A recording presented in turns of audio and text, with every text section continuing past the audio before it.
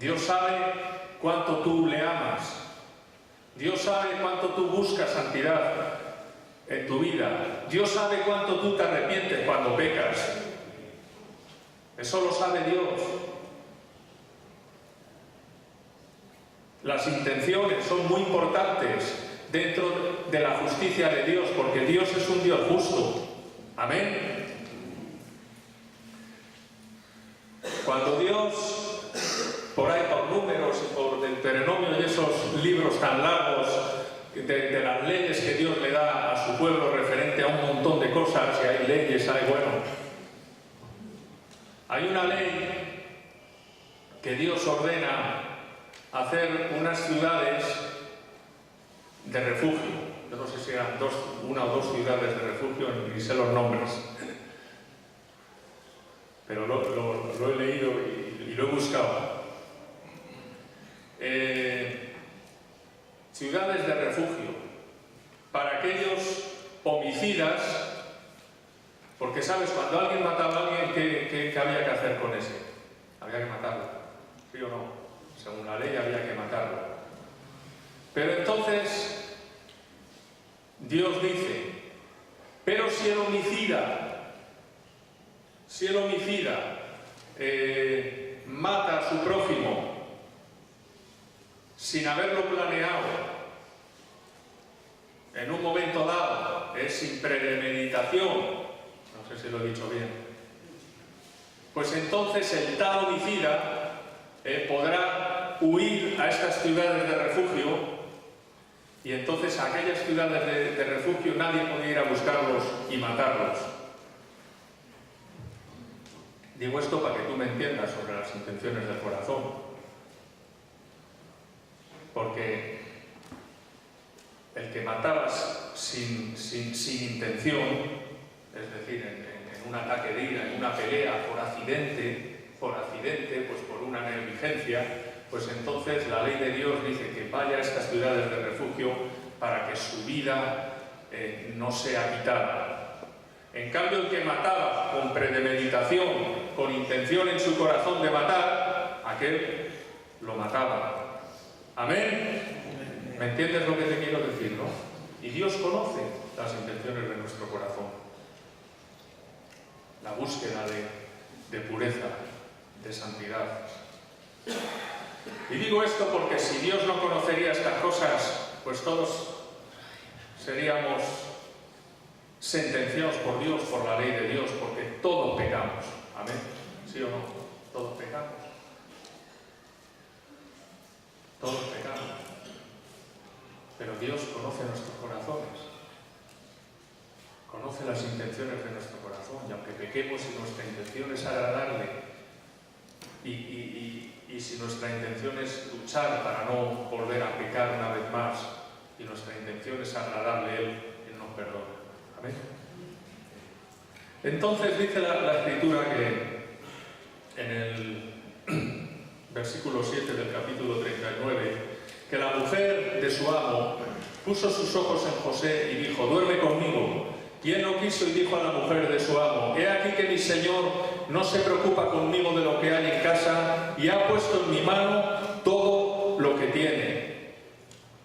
No hay otro mayor que yo en esta casa y ninguna cosa me ha reservado sino a ti, por cuanto tú eres su mujer. ¿Cómo pues haría yo este grande mal y pecaría contra Dios? Dice eso a la mujer de Potifar. Hablando ella a José cada día, versículo 10, y no escuchándola a él para acostarse al lado de ella, para estar con ella, aconteció que entró él un día en casa para hacer su oficio y no había nadie de los de casa allí. Y ella lo asió por su ropa diciendo, duerme conmigo. Entonces él dejó su ropa en las manos de ella y huyó y salió. Amén. Entonces vemos aquí cómo el diablo, no quiero decir que las mujeres seáis el diablo, digo porque a algunas se le cambió la cara, que quede claro eso, pero La Biblia dice que nuestra lucha no es contra carne y sangre, sino contra principados y potestades. Detrás de cada tentación es Satanás el tentador de nuestras almas. Pero a José le vino esta tentación, la mujer de Potifar.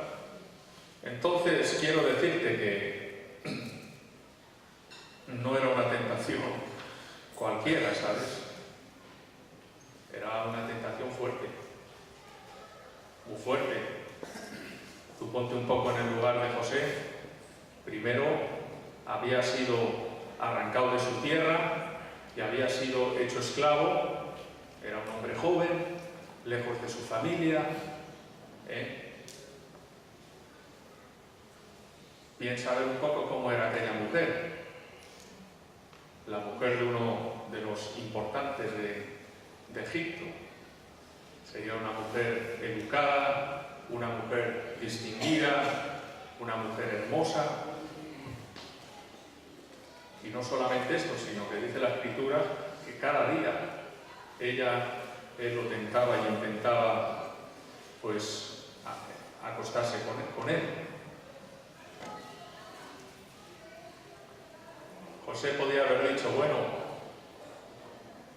si no tiene ese ánimo de pureza y de santidad delante de Dios, como hemos visto, pues podía haber dicho, bueno, yo soy tu esclavo, tú eres la señora, tú mandas. Amén, lo que tú digas. ¿Cuántos hubieran hecho esto?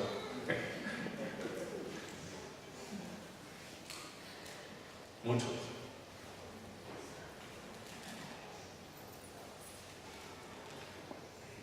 Era un hombre joven, pues imagínate, con los apetitos, como decía antes, que dice la Escritura, sujetos a pasiones. Pablo le dice a Timoteo, huye de las pasiones juveniles. Era un hombre joven, Timoteo, huye de las pasiones juveniles. Ay, amigo, hay que huir, resistir al diablo y huirá de vosotros. José salió corriendo. Esto le generó problemas, porque luego acabó en la cárcel, porque quedaron los vestidos de José o la túnica quedaron en manos de esta mujer que luego lo acusó y fue echado José a la cárcel.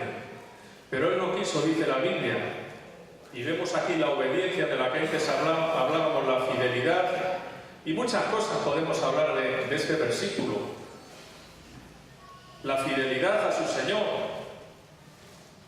Cuando él era esclavo, él podía tener en su corazón tranquilamente, lo más lógico es que hubiera rencor, resentimiento contra aquella situación y contra aquel hombre, porque él era un esclavo. Amén. Lo más normal, ¿no? Podía haber dicho, que se fastidie. La tentación fue, si la miras bien, fue tremenda. Pero él declara, he aquí que mi Señor ha puesto en mi mano todo lo que tiene.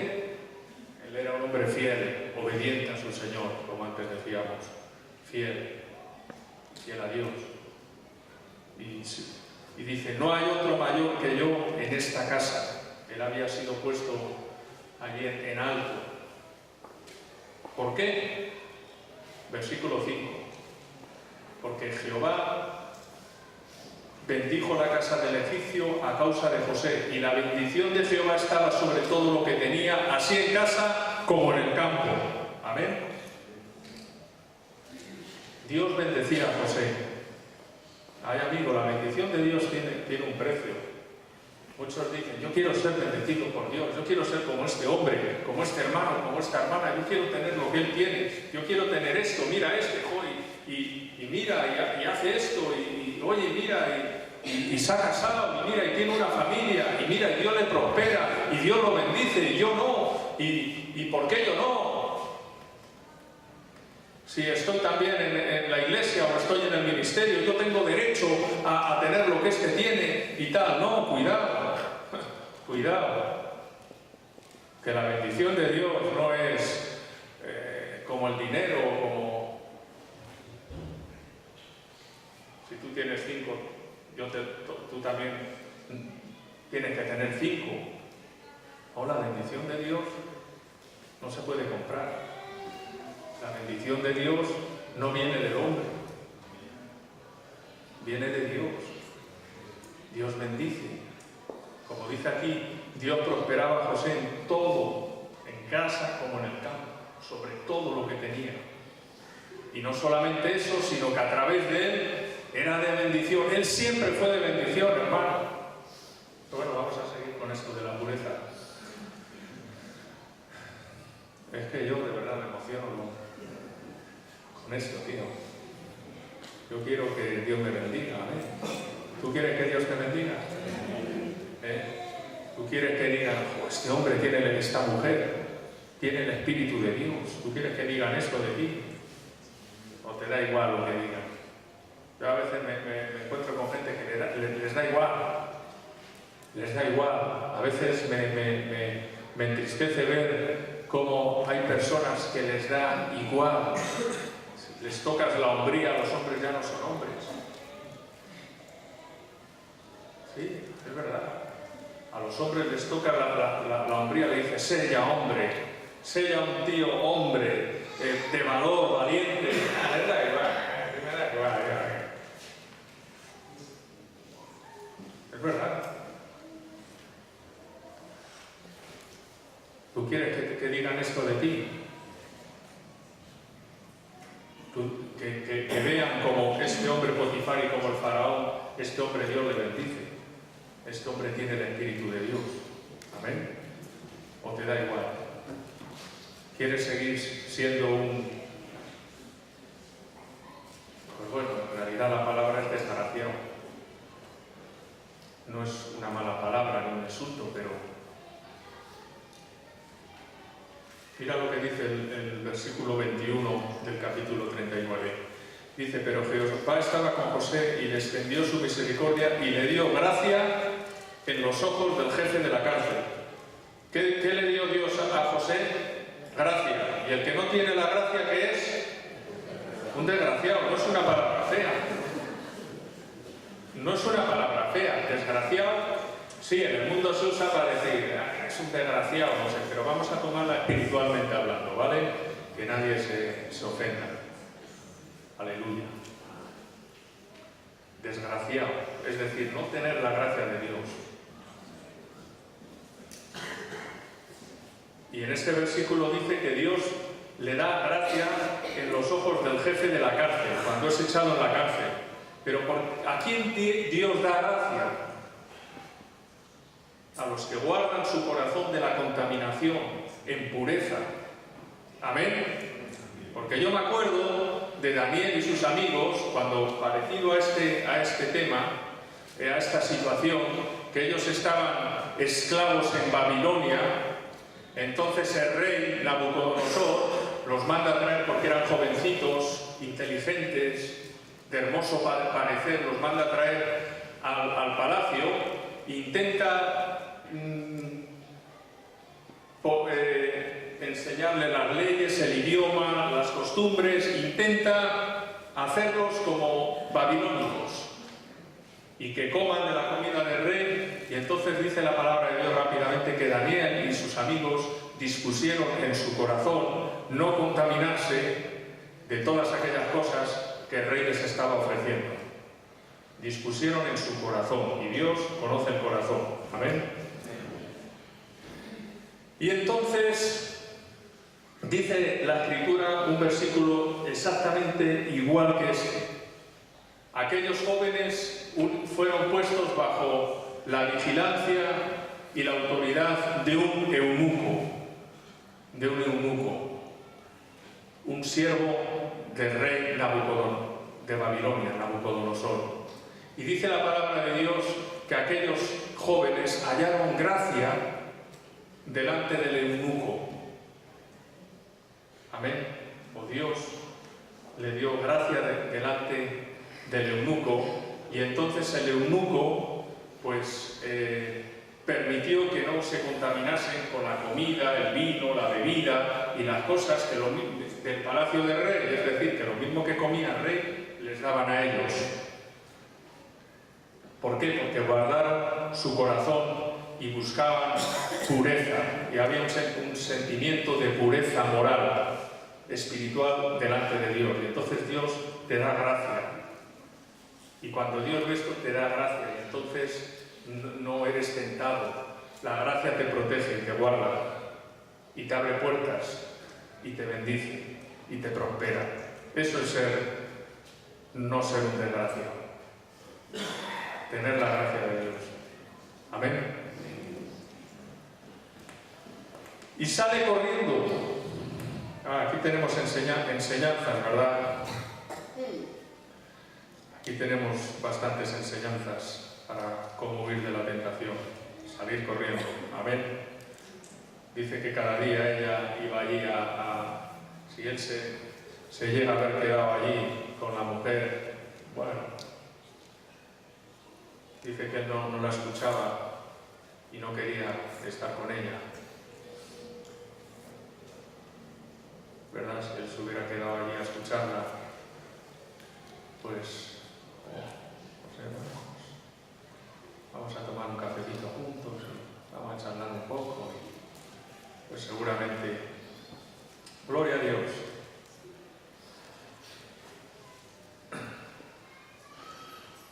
También es importante, pasando a otro tema, es cómo José responde a las circunstancias de su vida.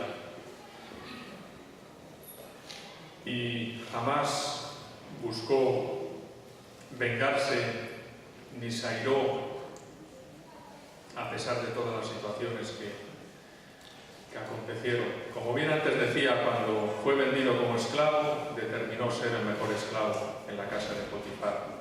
Amén. Como hemos leído en el versículo 5, ¿verdad?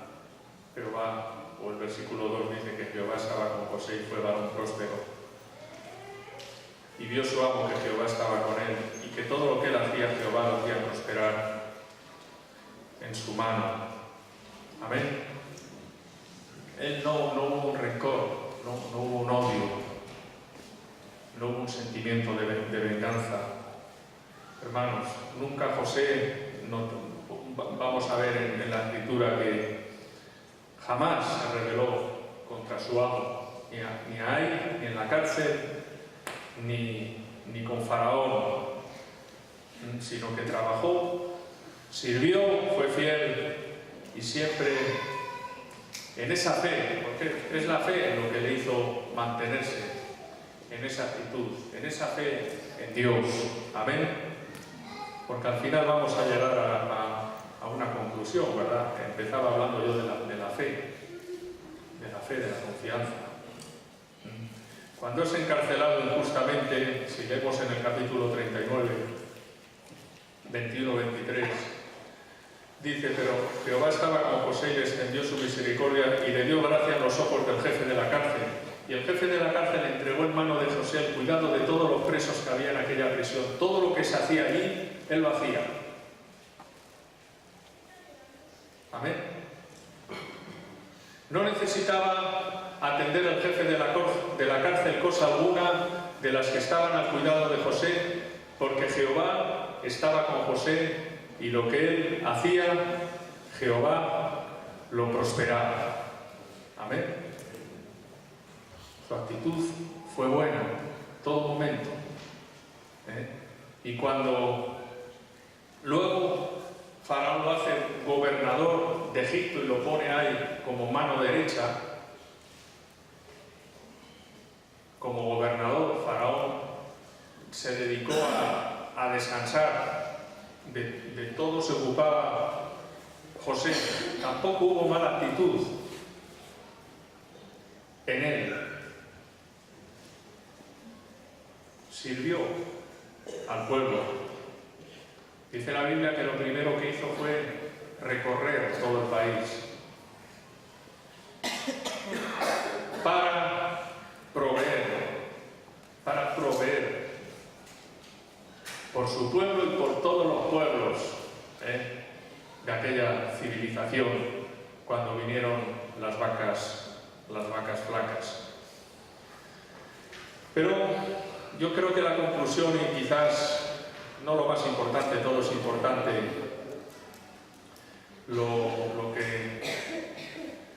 la consecuencia o el porqué de todo esto en José fue porque él siempre creyó en la providencia de Dios para con él. Amén. Vamos a leer en Génesis 45, versículo 4. Dice: entonces dijo José a sus hermanos, cuando sus hermanos van en busca de alimento a Egipto y encuentran a José, dice: entonces dijo José a sus hermanos, acercaos a mí. Y ellos se acercaron, y él dijo: yo soy José, vuestro hermano, el que vendisteis para Egipto. Ahora pues, no os entristezcáis, ni os pese de haberme vendido acá, porque para preservación de vida me envió Dios delante de vosotros. Amén. O sea, él en todo esto ve siempre el plan de Dios para su vida. ¿Qué dice Romanos 8:28?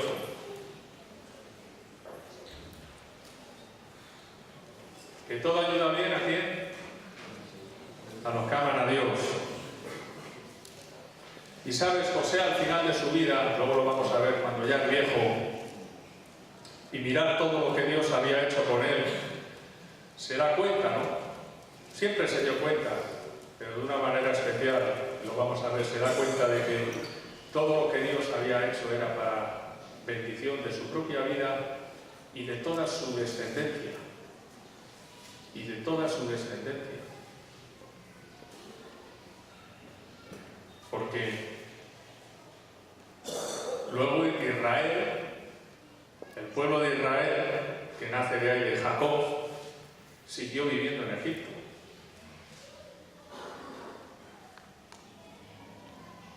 Y al final todos sabemos que Dios usa a Moisés para sacar a su pueblo de Egipto, que era esclavo en Egipto. Luego vamos a ver esto. Lo que te quiero decir es que cuando él es vendido como esclavo, él sigue creyendo a Dios. Amén. Cuando él es puesto como gobernador en la casa de Potifar, él sigue creyendo a Dios.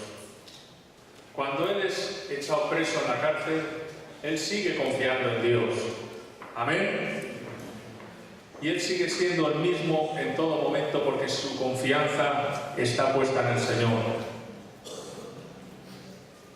Y nuestra fe es probada.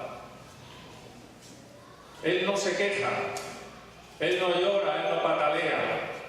Nosotros muchas veces enseguida pataleamos, enseguida nos quejamos y ponemos en duda las promesas de Dios. Amén.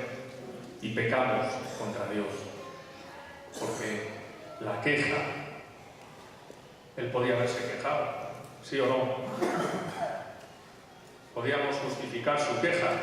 Cuando se hubiera visto en la cárcel, podría haberse quejado y haber maldecido a Dios, pero no lo hizo. Y motivos lógicos y humanos había.